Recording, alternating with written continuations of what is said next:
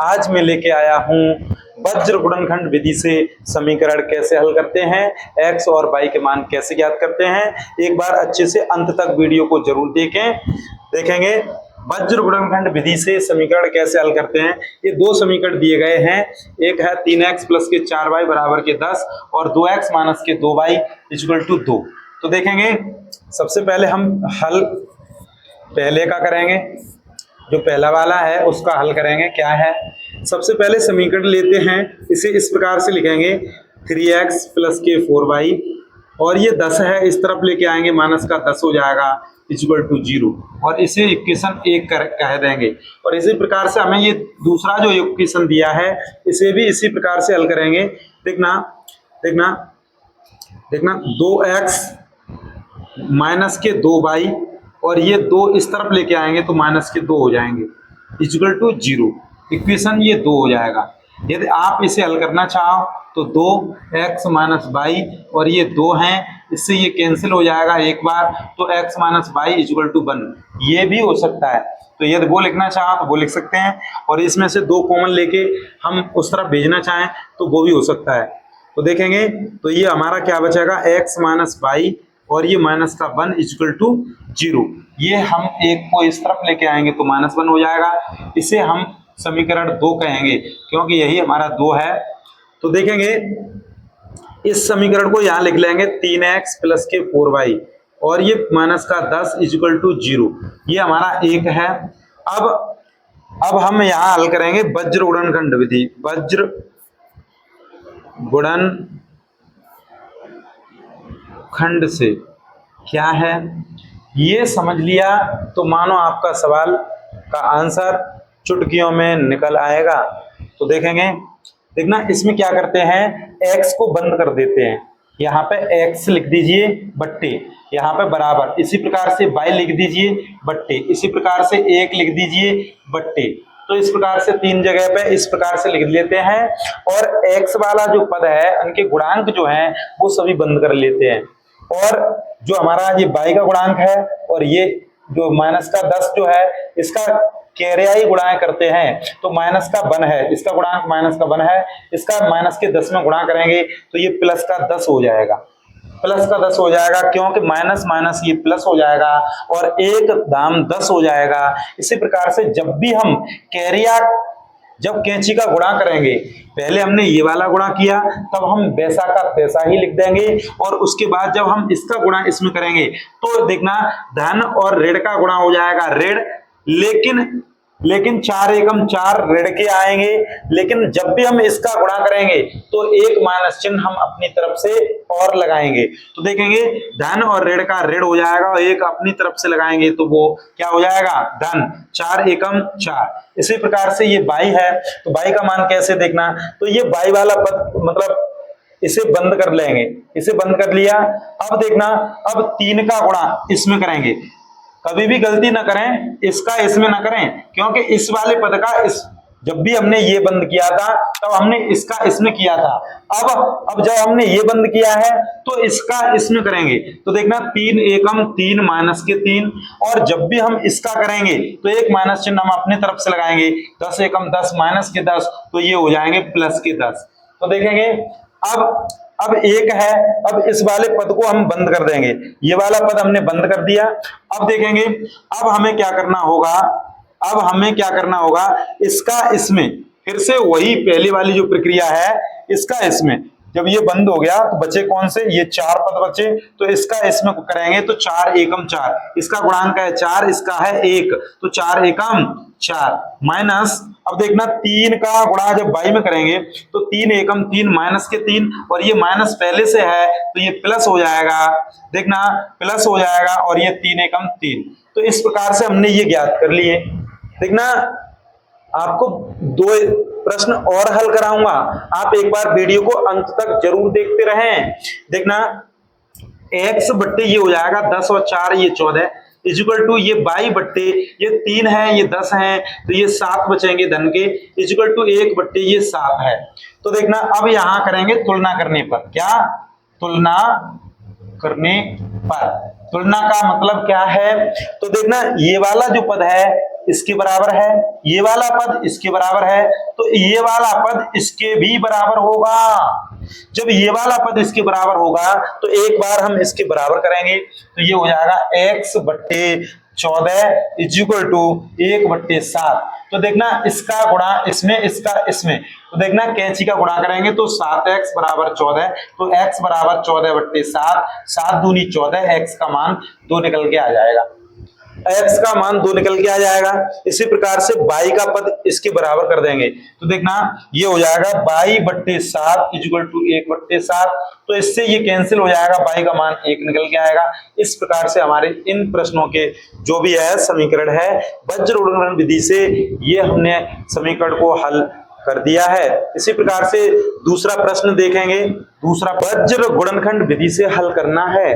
देखना बहुत ही आसान तरीके से, सबसे पहले हमने इन समीकरणों को इस प्रकार से लिख लिया है, 9x ये 2y इस तरफ लेके आ गए और ये 7 इस तरफ लेके आ गए, तो ये 0 बराबर के 2 ये समीकरण बना लिए हमने। इस प्रकार से ही बनाने हैं। देखना अब यहां लिखेंगे वज्र गुणनखंड से क्या है। देखना जब भी x का मान निकालेंगे x बट्टे और बराबर, इसी प्रकार से y बट्टे, इसी प्रकार से 1 बट्टे, इस प्रकार से हम लिख लेंगे।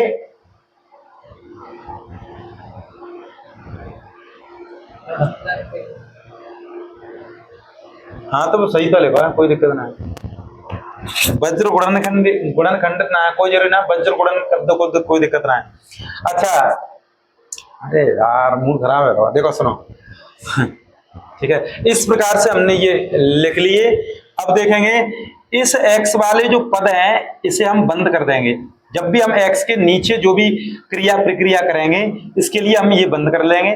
5 का गुणा, इसके गुणांक का गुणा करेंगे इसके साथ, इसका इसके साथ और इसका इसके साथ। जब भी इसका इसके साथ करेंगे तो देखना -5 इंटू -7, और जब भी इसका इसमें करेंगे तो माइनस लगाएंगे और देखेंगे माइनस लगाने के बाद इसका इसमें गुणा करेंगे -2 इंटू -4। अब इसी प्रकार से जब y के नीचे जो भी क्रिया प्रक्रिया करेंगे तो ये y वाला पद बंद कर देंगे।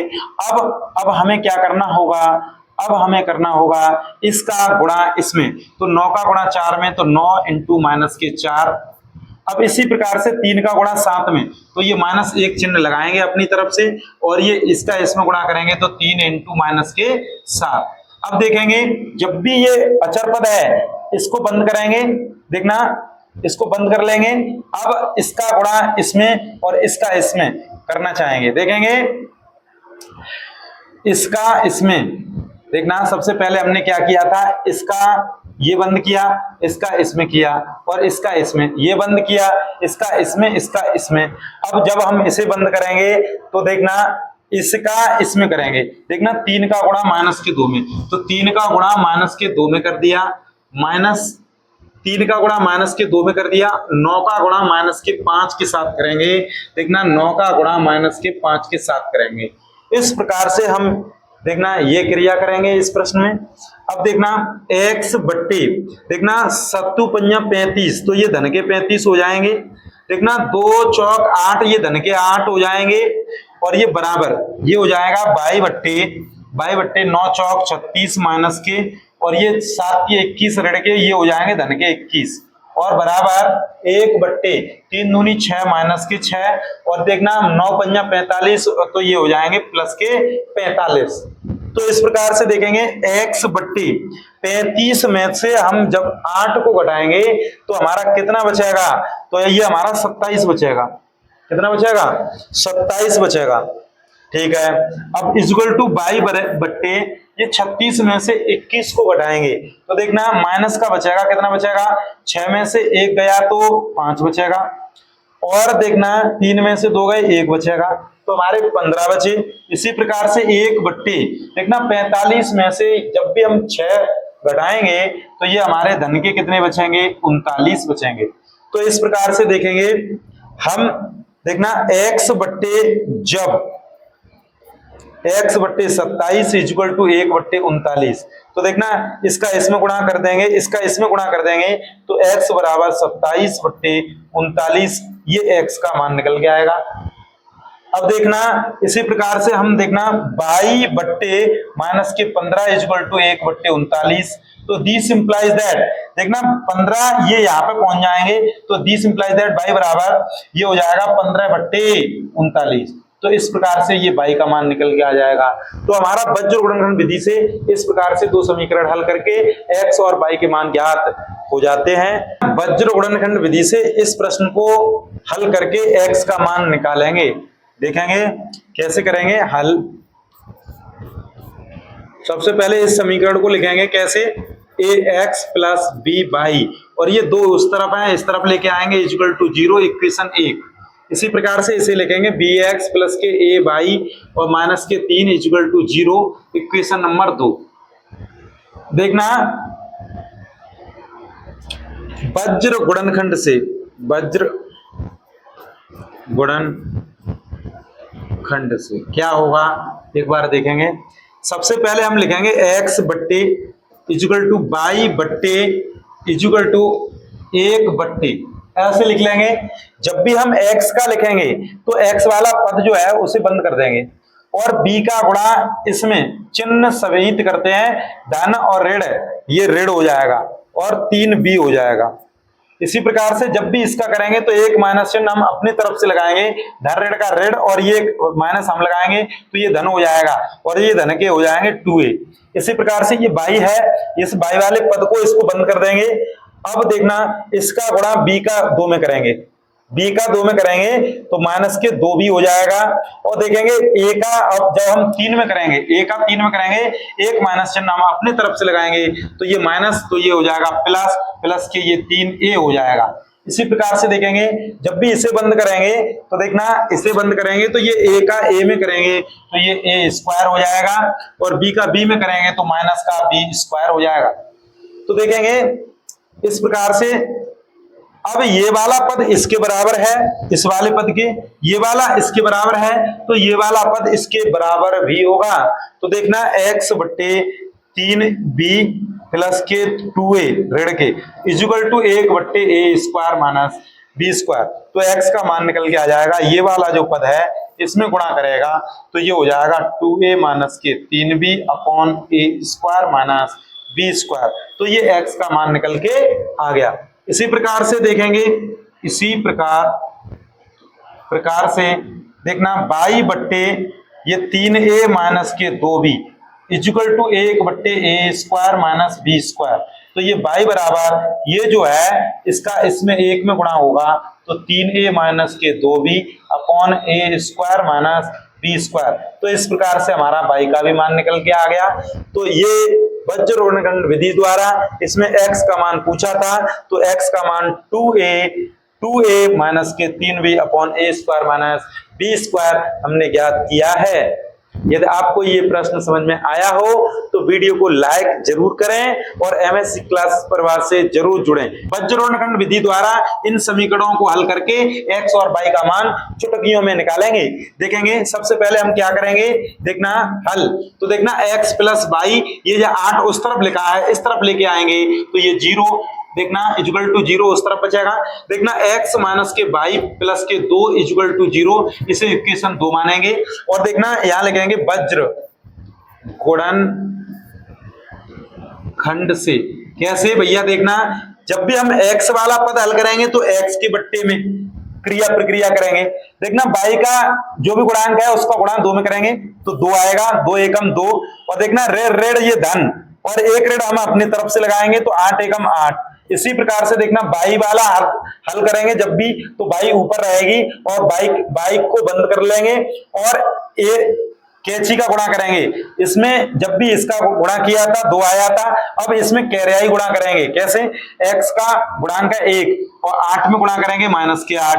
और इसी प्रकार से देखना 1 का गुणा 2 में करेंगे माइनस के 2 इक्वल टू 1 बट्टे। अब देखना इसे बंद करेंगे, इसे बंद करेंगे तो क्या हो जाएगा, देखना x का गुणांक का इसमें करेंगे तो माइनस का 1 हो जाएगा और इसका इसमें करेंगे तो माइनस का 1 हो जाएगा। तो इस प्रकार से x बट्टे माइनस के 6 इक्वल टू बाई बट्टे ये हो जाएगा माइनस के 10 इक्वल टू 1 बट्टे माइनस के 2।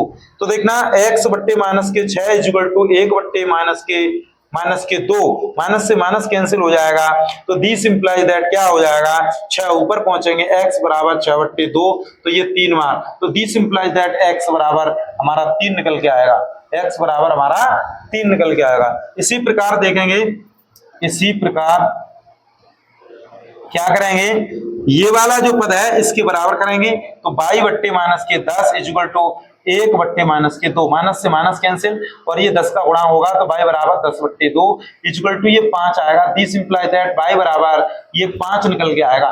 तो इस प्रकार से ये वज्र गुणनखंड विधि द्वारा मैंने समीकरण हल किए हैं और x और y का मान आपके सामने निकाला है। यदि आपको ये सवाल समझ में आए हो तो वीडियो को लाइक जरूर करें और एमएस क्लास परिवार से जरूर जुड़ें। धन्यवाद। वज्र गुणनखंड विधि द्वारा समीकरण हल करके x और y के मान कैसे निकालते हैं, बिल्कुल आसान तरीके से वीडियो को अंत तक जरूर देखें। देखना अच्छे बच्चों पर ये प्रश्न नहीं आते, बोर्ड एग्जाम में 100% पूछे जाने वाले प्रश्न हैं।